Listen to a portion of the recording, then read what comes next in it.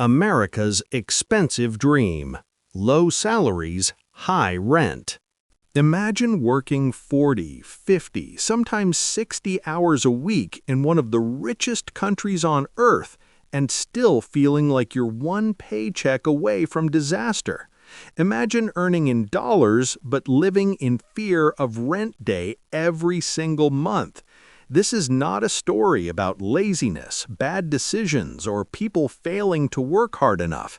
This is the reality of modern America, where salaries are crawling while rent is running at full speed. And if you think this problem only affects low-income workers, stay with me, because the middle class is being crushed quietly, slowly, and systematically. Once upon a time, America sold a dream to the world. Work hard, get educated, build a career, and you'll afford a comfortable life. A home, a car, savings, vacations, and security. That dream worked for decades, but today that same dream has become painfully expensive. For millions of Americans, the dream is no longer about buying a house, it's about surviving the rent. Let's talk numbers, because reality lives in numbers.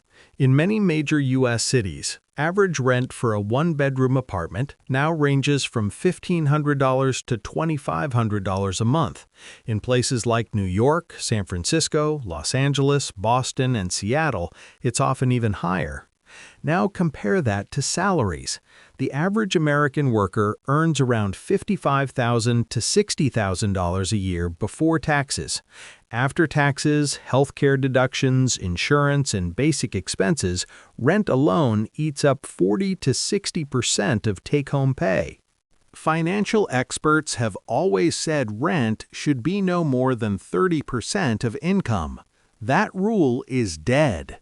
This is where the real problem begins. When rent takes half your income, everything else becomes a struggle. Savings disappear.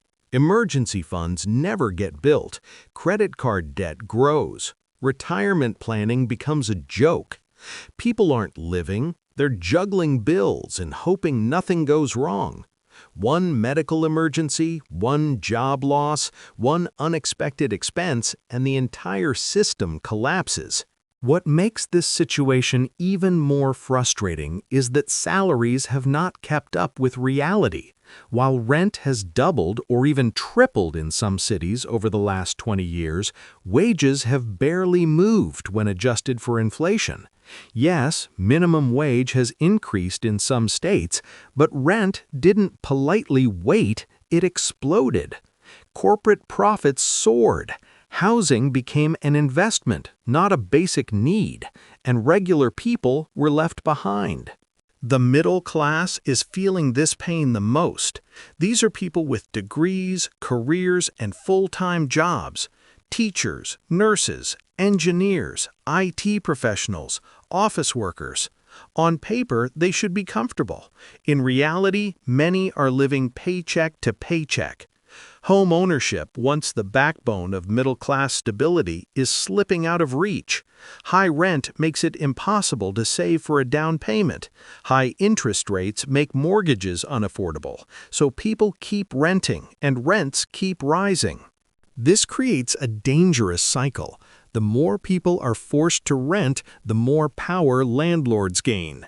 The more power landlords gain, the higher rents go. And salaries? They lag behind every single year.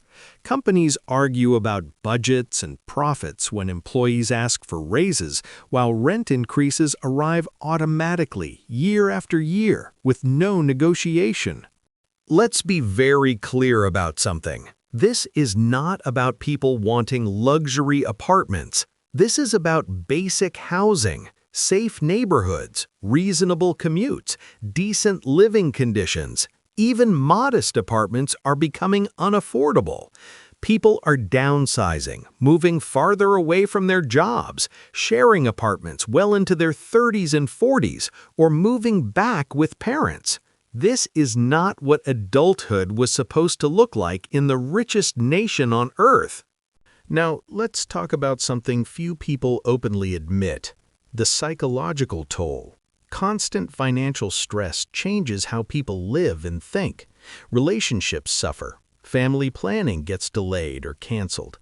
People postpone having children because they can't afford rent, childcare, and healthcare together. Mental health issues rise. Anxiety, burnout, depression. When survival becomes the main focus, ambition slowly dies. And yet, every time this topic comes up, there's always someone who says, "Just move to a cheaper city." Sounds simple, right? But cheaper cities often come with lower salaries, fewer job opportunities, and limited growth. Plus, not everyone can just pack up and leave. Jobs, families, visas, healthcare, and education tie people down. The system shouldn't require you to abandon opportunity just to afford a roof over your head. Another popular argument is, buy a house instead of renting. But how do you save for a down payment when rent takes half your income? How do you qualify for a mortgage when student loans, car payments, and credit card debt are already stretching your budget? The system locks people out and then blames them for being locked out. Let's also talk about student loans because they play a huge role here. Millions of Americans start adult life already tens of thousands of dollars in debt. That monthly loan payment directly competes with rent. In previous generations, college led to higher wages that made debt manageable. Today, many graduates earn salaries that barely cover rent and loan payments combined. Education, once a ladder to stability, has become another weight on the shoulders of young workers. This crisis isn't accidental. Housing supply hasn't kept up with population growth. Zoning laws restrict construction. Investors buy single-family homes and turn them into rental properties. Short-term rentals reduce long-term housing availability. And government policies move slowly while rent moves fast. The result is a perfect storm where demand is high, supply is limited, and prices rise endlessly. What makes this even more painful is the contrast. America is wealthier than ever. Stock markets hit record highs. Luxury spending continues. Corporate executives earn millions. Yet the average worker is fighting to afford basic shelter. That gap between wealth and reality is where frustration turns into anger, and anger turns into hopelessness. But here's the truth most people won't tell you.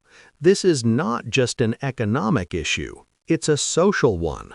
When people can't afford stable housing, communities weaken.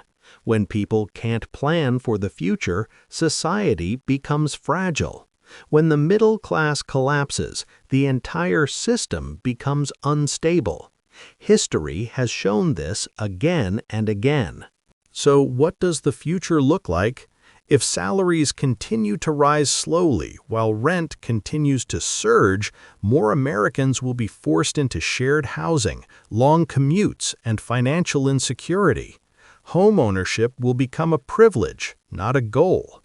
The American dream will shift from prosperity to mere survival. But awareness is the first step toward change. Talking about this matters. Understanding that this is a structural problem, not a personal failure, matters.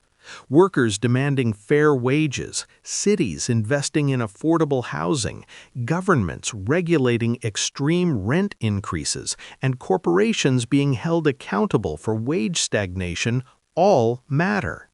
If you're watching this and struggling, know this: you are not bad with money. You are not lazy. You are not failing. You are living in a system where rent has outpaced reality, and salaries are fighting a losing battle, and millions of people are standing right beside you feeling the same pressure, asking the same questions, and wondering how long this can last. America's dream didn't disappear overnight. It became expensive slowly, quietly, year after year, and unless something changes, the gap between rent and salary will continue to grow. The real question is not whether people are working hard enough. The real question is whether the system is working for the people at all. If this video made you think, if it reflected your life even a little, you're not alone. Share this conversation. Talk about it, because silence is the only thing that allows this crisis to keep growing, and the American dream should never cost this much just to survive.